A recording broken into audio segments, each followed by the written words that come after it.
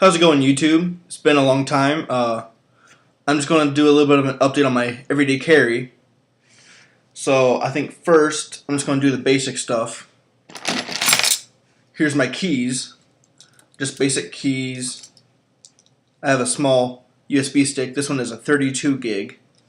And here's something pretty new. It's the new Gerber hook knife. It just goes on there and comes out. It's not the best for tape. There was a lot of reviews on Amazon complaining about how the hook gets stuck with tape, but it's not meant for tape. It's a seatbelt cutter and like zip tie cutter and stuff like that. So I don't quite understand why they would think it's for tape. More basic stuff. It's just normal chapstick. Not as basic, but just Swiss Army. But this is the... I don't remember which one this is. I'll have to put it in an annotation. But it's the thicker version of the basic one. Just has like a magnifying glass and all this different stuff. It's really nice. That was a gift. Just a small uni ball, but to go with my small pocketbook, just to keep notes in, have scribbling stuff so I can draw sketches for people if they don't understand what I'm trying to describe. My phone. This is a HTC Evo. Battery life is terrible, in fact, so I have to carry extra batteries. So that's part of my everyday carry, is a phone with extra batteries. Just a couple things that change, like I have a dime and 3/4 right now. That's just what they gave me. I usually have some gum. This is Dentyne Ice. Everybody has parachute cord bracelets now. This one is actually one that I found on ITS Tactical. What it is it's the quick release. And I'm not going to demonstrate it because it took me a while to put it together. But all you do is you undo the first couple strands right here, and then you just pull, and you don't have to unweave it or anything. You just pull on it, and it just all the way down the parachute cord bracelet. Instead of it being a single weave, I have it the Cobra weave, so that I have extra yardage. Well, cordage, not yardage. I think there's about 15 feet on there, so I mean it's about 5 yards, I guess. Probably my most recent addition to my everyday carry is this. It's a Seiko 5-jewel automatic watch. And if you look right here, let me try to get it for you. Yeah, you can see all the mechanisms and stuff, and come on, spin. Well, this will be better. That weight right there it goes, is how it charges. So as long as you wear it every couple days, it'll stay charged. It doesn't need a battery or anything like that. Everybody's worried about, well, some people are worried about North Korea's nukes and everything. Everybody's worried about nuclear power in general. If something does happen with nuclear power or a nuke in general, then it will probably give off an EMP, in which case all electronics are fried.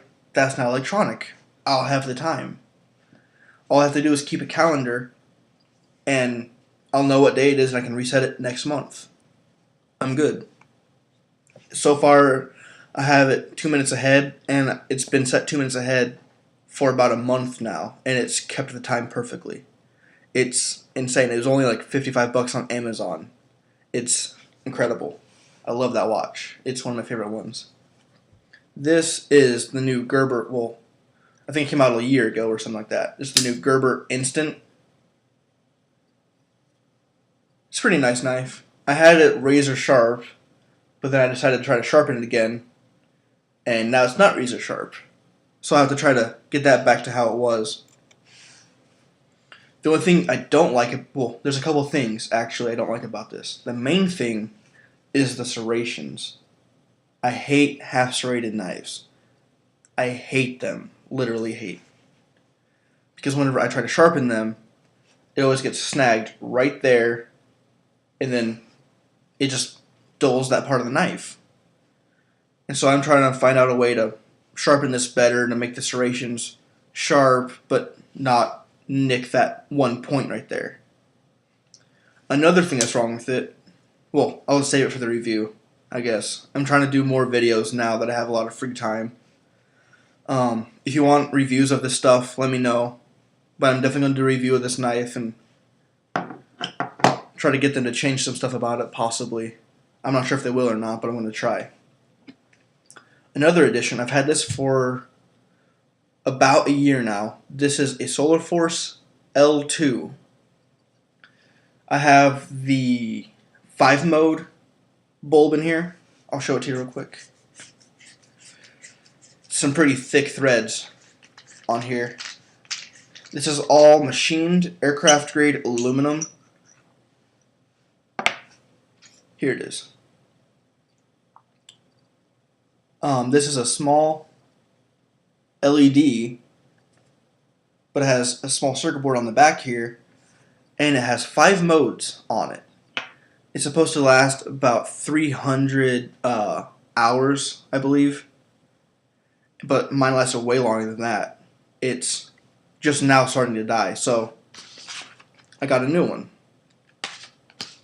And if I can get this open, I will show you what all that looks like.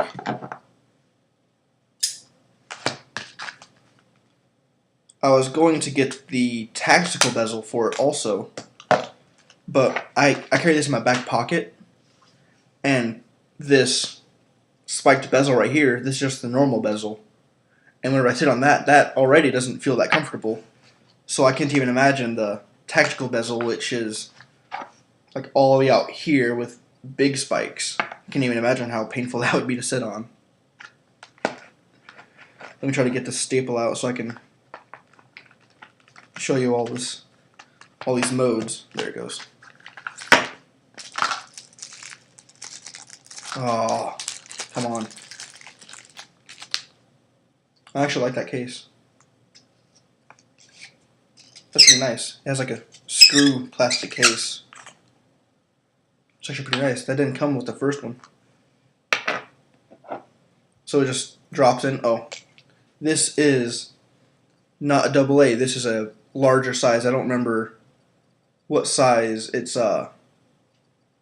Ultrafire BRC 18650, 3000 milliamps, 3.7 volts, lithium ion.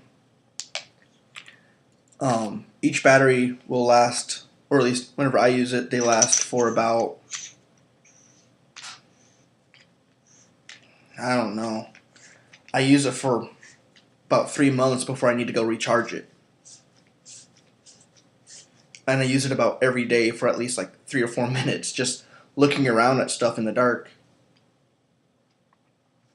Hopefully this is the problem with it. Oh, yeah. See, here we go. Let's see. There it goes. See the strobing effect? And then it has SOS.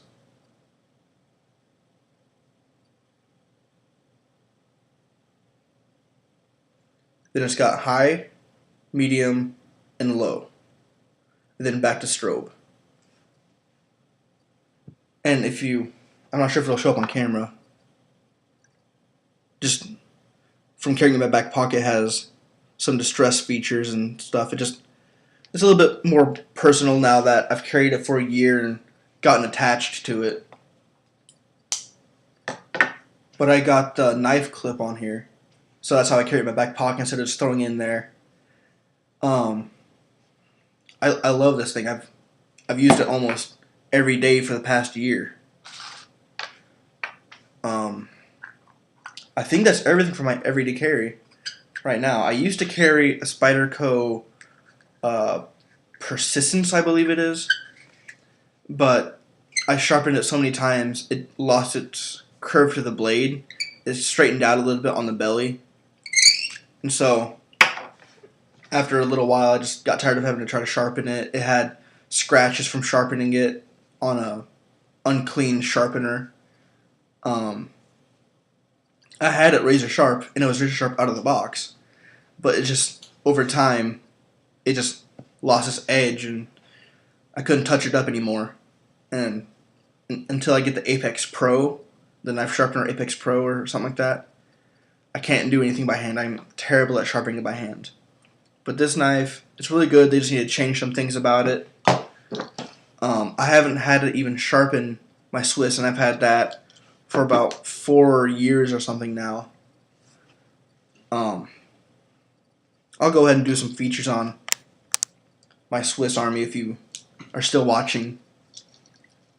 It has the normal full-length blade.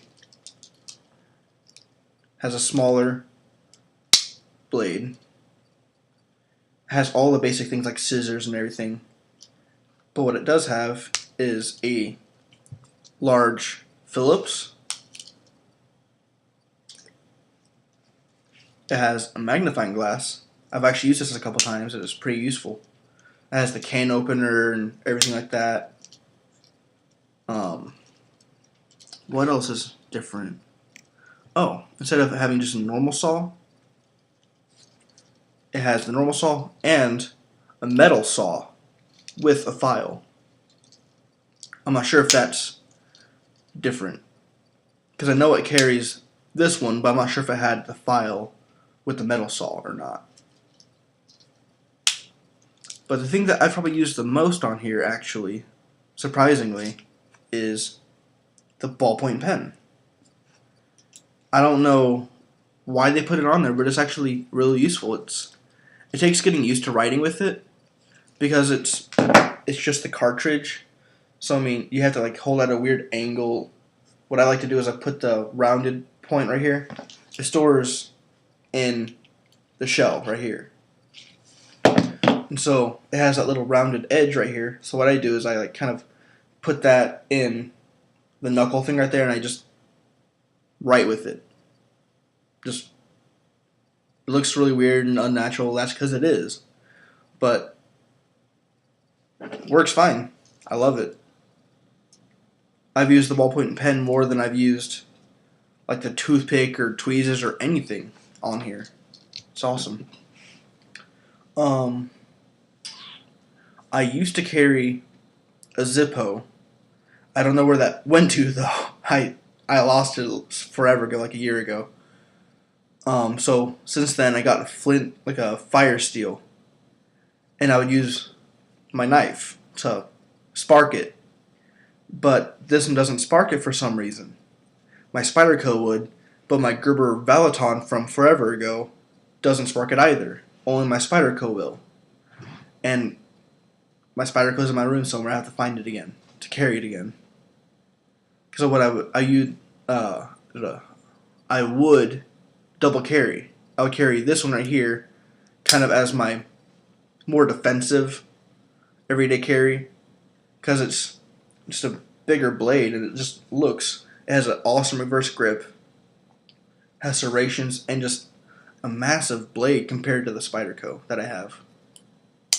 The Spyderco I have is only like 2.75, I think it is, 2 3/4.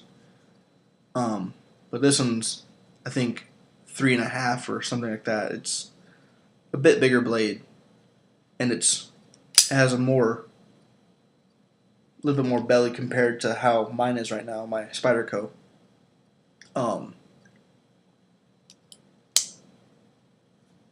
As far as this goes, I like it, just not for the price point.